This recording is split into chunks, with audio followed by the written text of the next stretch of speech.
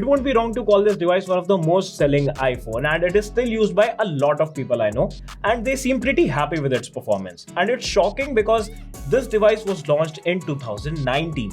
But after this, Apple launched various iPhones, iPhone 12 series and iPhone 13 series. And as a result, iPhone 11 is getting discontinued. While it sells at an MRP of Rs 49,900, you can pick it up for Rs 40,000 on Flipkart and other places after running all the offers. So let's find out, does it make any sense to buy iPhone 11 in 2022 or not? So like I said, this device was launched in 2019, and before I talk about anything in detail, let's go through its specification first. A 6.1-inch Liquid Retina HD display with 1792 by 828 pixels resolution, that is by the way identical to iPhone 8.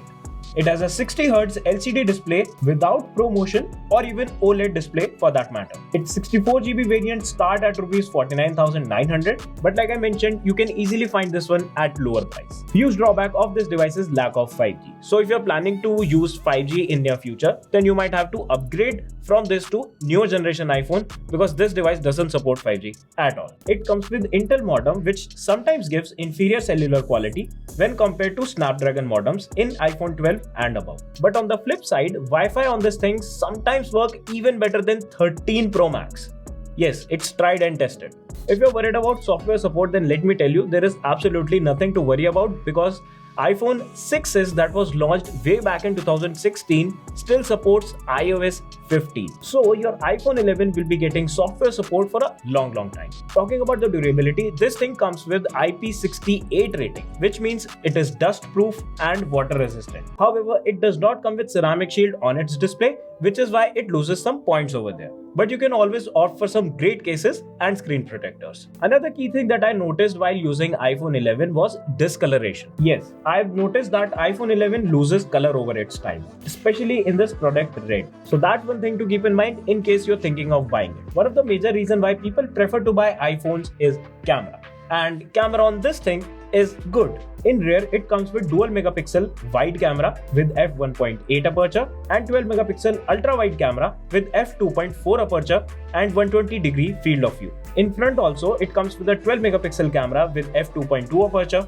and it supports night mode and portrait mode as well. While it comes with great camera module which is able to capture satisfactory photos and videos, it is no match for iPhone 13's improved camera module with cinematic mode, picture profiles, ProRes video and stabilization. I have been using and testing this iPhone ever since it was launched, and I believe it is safe to say that it still holds pretty strong. So let's keep all specifications aside and let's talk about the real life usage. Newer chipset will obviously have better Geekbench scores, but iPhone 11 still performs exceptionally well in all aspects. It never lags when I'm playing games like Genshin Impact, COD Mobile and Pokemon Unite. My iPhone is almost 3 years old and I'm very happy with the decent battery life that this thing is offering considering the price I paid for it. So let's get to the point. Should you buy iPhone 11 in 2022? Why don't you decide? I'll tell you all the options that you have. Let's say you have a budget of Rs 50,000 and you want to buy an iPhone. You end up having three options. First, you can get iPhone 11. Second, you can get iPhone 12 mini. And third, you can get iPhone SE. Third generation. Now, obviously, you'll have to compromise with one thing or another depending upon the device that you will choose. But let us see at what all things you get. If you would choose iPhone 12 mini, then you will get an AMOLED display, A14 Bionic processor, MagSafe compatibility, support for 5G, and Dolby Vision capture. But all of that comes in a tiny 5.42-inch display and a terrible 2227 mAh battery. So you could go for iPhone SE3 maybe, which offers better battery backup than iPhone 12 mini, even after having smaller battery size of 2018 mAh because of a powerful A15 Bionic chip, giving you portrait mode along with photographic styles, which is pretty great. Also, you get 5G, but you can't have it all because all of this comes in a 4.7-inch LCD display, that too in iPhone 8's design language, which was introduced in 2018. This basically means you're not getting Face ID and say goodbye to those precious memojis. Instead, you do get Touch ID. So, if you're nostalgic or are used to that old iPhone 8's feel, go ahead. It's a no-brainer.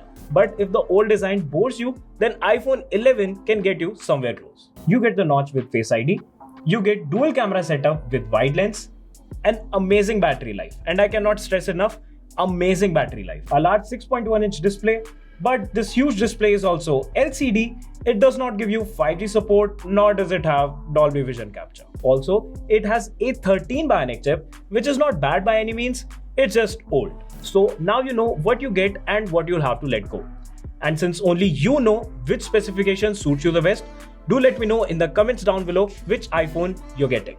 Either way, it's iPhone, so it's a win-win. If you liked what you watched, make sure to press the like and subscribe button, and make sure you download the iGeeksBlog app if you want to stay updated with everything Apple. My name is Yash, and I'll see you in the next one.